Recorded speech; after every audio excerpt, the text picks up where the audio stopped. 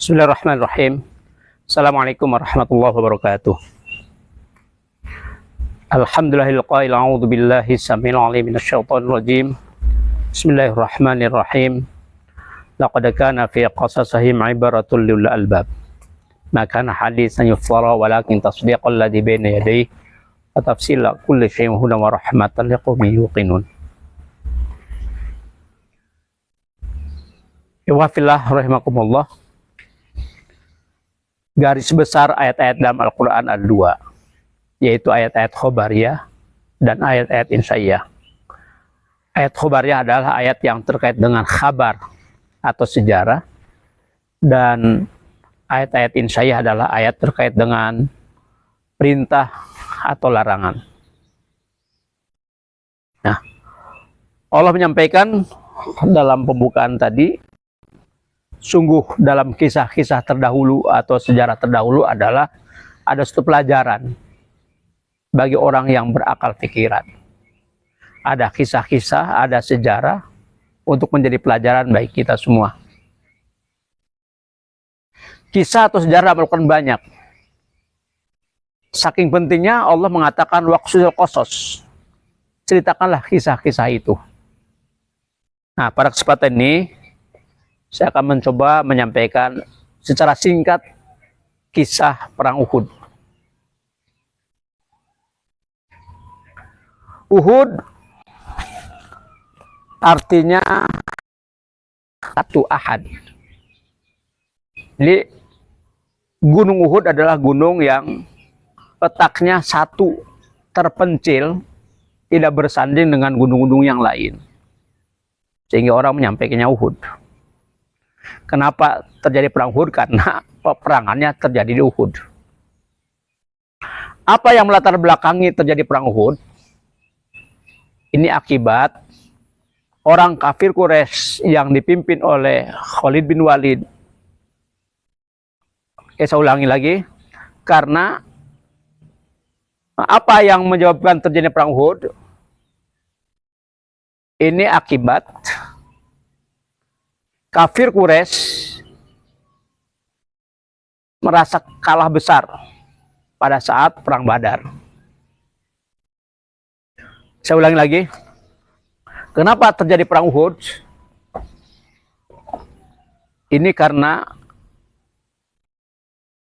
para tokoh kafir Quraisy, terutama Abu Sufyan, Khalid bin Walid, juga Hindun istrinya Abu Sufyan, mencoba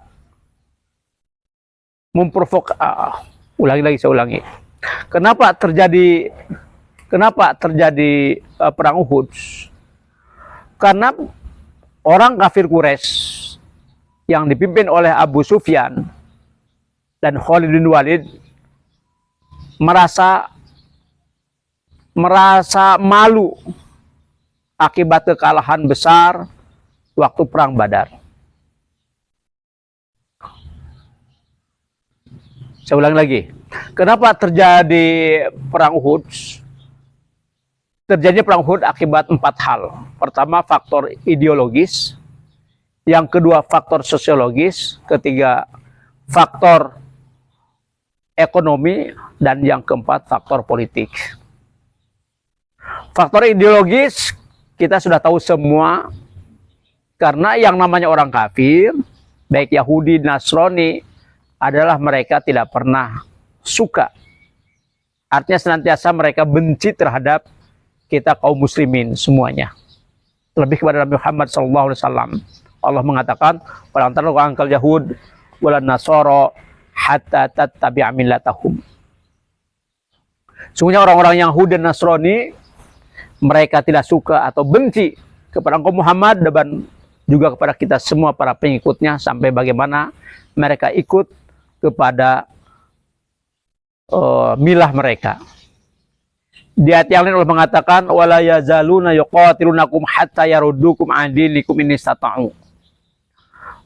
Orang-orang kafir, mereka tidak pernah berhenti. Yuqatilunakum, memerangi kamu semua, kita semua, hatta yaruddukum, bagaimana kita semua pada murtad, jauh dari agama kita. Bahkan semangatnya mereka untuk menghancurkan kita secara ideologi. Allah mengatakan, innal ladzina kafaru yunfiquna amwalahum liyasuddu an sabilillah fasayunfiqunaha. Sungguhnya orang-orang kafir, mereka berupaya menghadang jalan Allah, liyasuddu an sabilillah fasayunfiqunaha. Innal ladzina kafaru, saya ulang lagi. Bahkan orang-orang kafir, demi mempertahankan suatu ideologi, mereka juga mengorbankan segalanya. Misalnya dalam satu ayat surat Al-Anfal, innal ladzina kafaru yunfiquna amwalahum liyasuddu an sabilillah fasayunfiqunaha. Orang-orang kafir berupaya untuk menghadang jalan Allah dengan menginfakkan apa yang mereka miliki, dan mereka ketika menginfakkan dengan begitu cepat. Inilah latar belakang ideologi. Yang kedua, latar belakang tentu yang namanya kekalahan itu secara status sosial, mereka merasa malu di hadapan para anak buahnya, di hadapan masyarakatnya. Sehingga untuk membangkitkan harga diri mereka, tak lain harus melakukan mundur kembali Nabi Muhammad dengan pasukan kaum muslimin. Sehingga mereka harus balas dendam. Balas dendam. Di samping juga latar belakang kekuasaan mereka tidak leluasa sampai ke Jazirah Arab, sampai kemana, sampai ke Madinah, kemana-mana. Nah, dengan terbatasnya wilayah akibat dikuasai oleh kaum muslimin, perdagangan mereka juga terbatas. Dari 4 hari itu kemudian mereka harus menyiapkan pasukan untuk memukul mundur kembali kaum muslimin di Madinah. Tak kurang Abu Sufyan, Khalid bin Walid, dan Hindun istrinya, istri Abu Sufyan, menyiapkan pasukan. Kaum kafir Quraisy berjumlah sekitar 3.000 pasukan dengan dengan kavaleri 3.000 unta. Kemudian juga 200 kuda.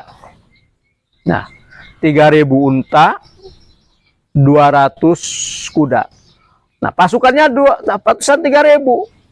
Tentu yang pakai kuda itu 200. Yang pakai unta itu tentu tidak 3.000 semua, berarti ada unta-unta yang kosong. Kan itu. Nah, unta itu buat apa? Untuk membawa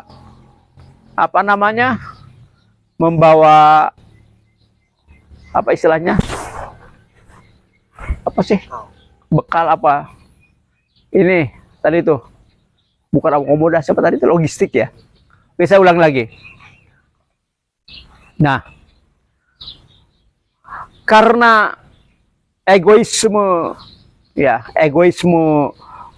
ideologi, egoisme sosial, egoisme politik dan ekonomi, akhirnya mereka berupaya untuk menyiapkan pasukan kembali untuk memukul mundur kaum muslimin akibat kekalahan perang Badar. Tak kurang dari 3.000 kaum kafir Quraisy disiapkan dengan 3.000 unta, 200 kuda, 700 pakaian besi. Ya, 700 kaum pakaian besi. Kemudian juga belum juga para wanitanya sebagai support di lapangan. Mereka turunkan. Panah sudah disiapkan, busur sudah disiapkan, apalagi logistik yang dibawa oleh unta-unta yang banyak itu sudah disiapkan untuk bagaimana bekal pertempuran di perjalanan. Nah, ini persiapan ini terkonfirmasi ke Rasulullah SAW. Ya, terkonfirmasi ke Rasulullah SAW, sehingga Rasulullah itu tidak diam, kemudian menyiapkan dengan para sahabatnya. Nah, melihat kanan kiri depan belakang, sahabat yang disiapkan tidak sebanyak pasukan Abu Sufyan. Kaum muslimin yang terbina, yang siap berperang, sekitar saat itu 700 orang. 1.000 orang sebelumnya, 1.000 orang, kemudian di perjalanan mundur akibat provokasi dari Abdullah bin Ubay 300, itu 700 orang. Nah, kemudian strateginya apa? Apakah defensif dia tinggal di Madinah, apakah ofensif keluar dari Madinah? Kaum senior udah kita bertahan defensif di Madinah saja. Namun kaum junior kita ofensif keluar, gitu. Ofensif keluar, di mana kita harus bertempur. Nah, dua pendapat itu kemudian diramu Rasulullah, difikirkan, maka disepakati usulan dari kaum muda untuk ofensif keluar, menyerang dari atas Uhud. Nah, di perjalanan tadi yang 1.000 orang yang sudah jalan, ternyata di perjalanan ada 300 orang yang mundur.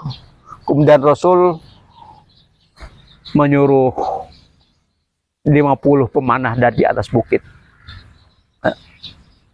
Jabaromi, kan itu apa namanya, gunung pemanah sifatnya, 50 orang. Nah, dari strategi itulah alhamdulillah bahwa walaupun pasukan kafir Quraisy itu banyak, dipungul mundur oleh pasukan pemanah dari atas. Ini pentingnya strategi. Nah, namun ketika menang, ya salahnya di sini kaum muslimin tidak sabar, mudah terpengaruh oleh ghanimah yang ada. Ketika dipukul mundur, kocar kacir, sehingga banyak ghanimah yang berantakan. Akhirnya ya, pasukan yang di bawah berebutan ngambil ghanimah. Nah, ini mempengaruhi pasukan yang di atas, sehingga 40 orang dari atas bukit turun. Nah, pasukan Khalid bin Walid yang lari kocar kacir karena di panah tersebut, justru dia berkeliling, naik lagi ke atas gunung, sehingga posisi pemanah itu yang turun diganti oleh posisi pasukan Khalid bin Walid, sehingga posisi kaum muslimin ada di bawah saat itu, dan posisi kaum kafir di atas, sehingga disitulah tak kurang dari 70 para sahabat banyak yang terkapar, meninggal. Nah, terkapar meninggal akibat dipanah oleh kaum kafir, termasuk Hamzah, kan gitu, pamannya Rasulullah SAW. Kenapa ini terjadi? Ya, ini terjadi akibat apa? Akibat melanggar perintah indisipliner. Padahal Rasulullah mengatakan bahwa andaikan pemanah ini menang, kemudian andaikan peperangan ini menang, bahkan bergelimpangan mayat, dan mayat bergelimpangan dibawa oleh burung-burung, jangan sampai turun sebelum tuntas. Namun karena terpengaruh itulah terpedaya, akhirnya terpedaya karena terpedaya oleh ghanimah yang ada, akhirnya terlalu mudah bagi kaum kafir untuk mengusir, untuk kick balik terhadap kaum muslimin.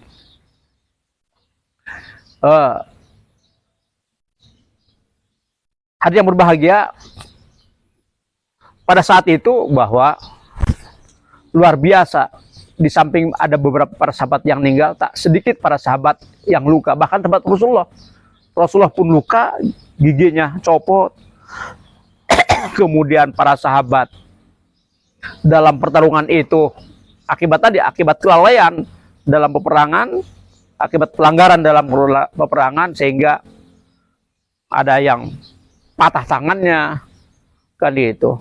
Kayak siapa Tulhah adalah patah tangannya, kan itu ketika membawa pedang. Kemudian juga Nabi Mus'ab bin Umair sebagai Mus'ab bin Umair itu sebagai orang pertama ya, utusan Rasulullah yang ke Madinah, kan itu.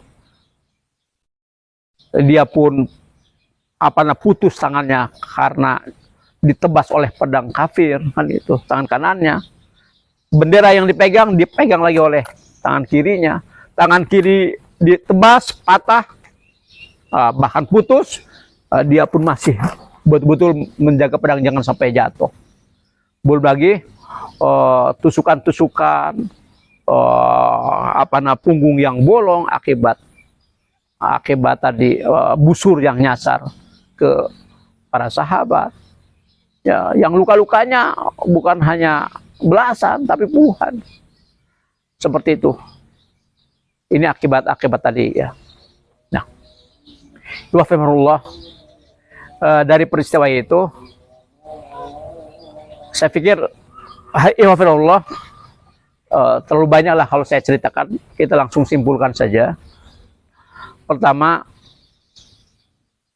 bagi kita pertama, jangan merasa terlena ketika perang sudah usai. Sebab di balik itu masih ada orang-orang yang bagaimana balik pada saatnya, pada waktunya nanti. Tapi kita harus waspada. Jadi menang saja harus waspada, apalagi kalah. Itu pertama.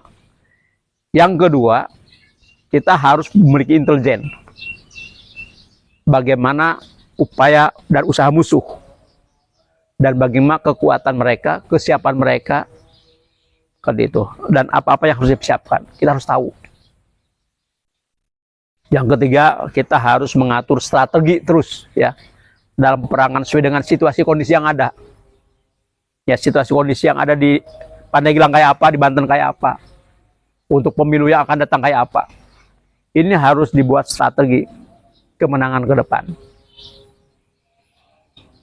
Nah, keempat, tentunya harus musyawarah. Tadi udah belum musyawarah ya? Belum. Ya, keempat harus musyawarah.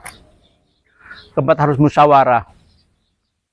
Musyawarah bukan hanya dengan kalangan pimpinan, tapi juga dengan kalangan anggota.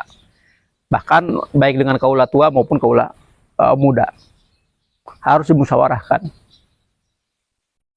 Nah, musyawarahkan strategi, taktik dan teknisnya. Tadi di luar atau di dalam, peralatan senjatanya kayak apa, pasukannya berapa, yang daerahnya di mana, terus bagaimana peran-peran kaum muda, peran-peran kaum wanita. Ini harus betul-betul diatur ya, diposisikan di mana masing-masing ketika mereka berperang. Saat itu bahwa luar biasa peran-peran wanita juga dalam peperangan, bukan hanya sekedar mereka menyiapkan logistik, makan minum, nasi, bukan. Mereka juga ada yang sampai ikut berperang di perjalanan. Kan itu. Dan disinilah pentingnya nanti bahwa ada Sophia itu ya, contoh Sophia. Ketika di Madinah mulai kosong, pada laki-laki pada berperang keluar, tapi Sophia bisa memukul mundur Yahudi. Nah, di sini perlunya wanita punya bela diri, punya kekuatan. Yang sekarang mungkin perlu ikut Latansa. perlu seperti itu tuh. Ya bukan hanya laki-laki. Tapi laki-laki secara umum itu luar biasa. Sepertinya mukhoyamnya bukan setahun sekali kayaknya. Mereka. Ya. Luar biasa fisiknya kuat. Ini perang Uhud ini adalah perang yang sepertinya dominasi kaum pemuda. Usia antara 15 sampai 30 tahun dominasinya. Ya. 15 tahun pemuda. Nah, berarti mereka adalah yang ditempa, yang dibina. Yang dibina. Oleh karena itu, pelajaran yang harus kita ambil bahwa betul-betul harus menyiapkan para pemuda yang terbina semilitan mungkin. Semilitan mungkin yang tidak mudah terpengaruh oleh provokator semacam Allah bin Ubay. Ya, harus tepat seperti itu, sehingga kalau kuat mental, kuat bandingan, mereka tidak mudah luluh terpengaruh oleh provokasi tersebut. Justru mereka betul-betul siap berjibaku, yang siap dibantai untuk menegakkan kebenaran. Seperti itu. Saya kira itu ya.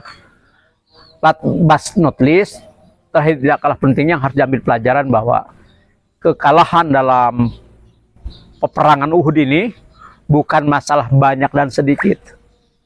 Kemenangannya adalah faktor strategi sebenarnya. Jadi bukan karena pasukan yang banyak dan sedikit, bukan. Ya, buktinya faktor yang banyak kalah oleh strategi yang hebat, Tapi yang membuat kalah apa? Sekali lagi, kaur kafir. Sekali lagi, saya ulangi bahwa dalam perang Uhud itu bukan masalah menang dan kalah karena faktor banyak dan sedikit pasukan, bukan. Kemenangan adalah faktor adanya strategi yang handal dengan kepemimpinan yang hebat. Sehingga pasukan kafir Quraisy yang banyak mudah dipukul mundur. Tapi sebaliknya, kemudian kenapa kalah? Masalahnya bukan faktor sedikit, karena faktor apa? Pelanggaran, ya, ketidaktaatan terhadap instruksi pimpinan, instruksi qiyadah. Nah, ini harus kita jadikan ambil pelajaran bagi kita, betul-betul kesikohan, ketaatan kepada qiyadah ini sangat penting sekali di samping persiapan yang lainnya. Demikian alhamdulillahirabbil alamin. Assalamualaikum warahmatullahi wabarakatuh.